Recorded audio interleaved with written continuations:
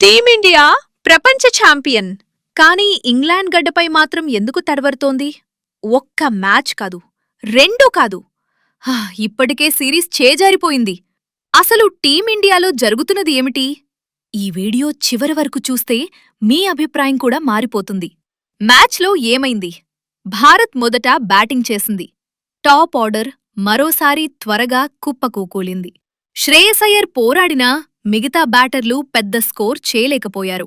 భారత్ సుమారు 158 పరుగుల లక్ష్యాన్ని మాత్రమే నిర్దేశించింది. ఇంగ్లాండ్ బ్యాటర్లు మొదటి ఓవర్ నుంచే దాడి మొదలుపెట్టారు. హ్యారీ బ్రూక్, ఫిల్ సాల్ట్ భారత బౌలర్లపై పూర్తిగా ఆధిపత్యం చెలాయించారు. కేవలం 13.5 ఓవర్లలోనే లక్ష్యాన్ని ఛేదించి సిరీస్ను కైవసం చేసుకున్నారు. భారత్ ఎక్కడ తప్పు చేసింది?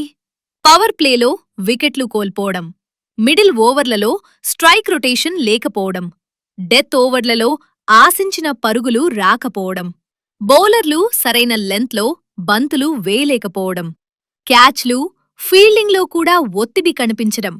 ఇంగ్లాండ్ మాత్రం ప్రతి అవకాశాన్ని ఉపయోగించుకుంది.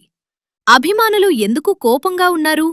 సోషల్ మీడియాలో అభిమానులు ప్రశ్నిస్తున్నారు, విదేశీ పిచ్లపై భారత్ ఎందుకు ఇబ్బంది పడుతోంది? సరైన ప్లేయింగ్ 11 ఎంచుకున్నారా? యువ ఆటగాళ్లకు మరింత అవకాశమివ్వాలా? ఈ పరాజయం తర్వాత భారత జట్టుపై విమర్శలు మరింత పెరిగాయి. ప్రముఖులు కూడా జట్టు ప్రదర్శనపై నిరాశ వ్యక్తం చేశారు. ఇప్పుడు అందరి దృష్టి మిగిలిన మ్యాచ్లపై ఉంది.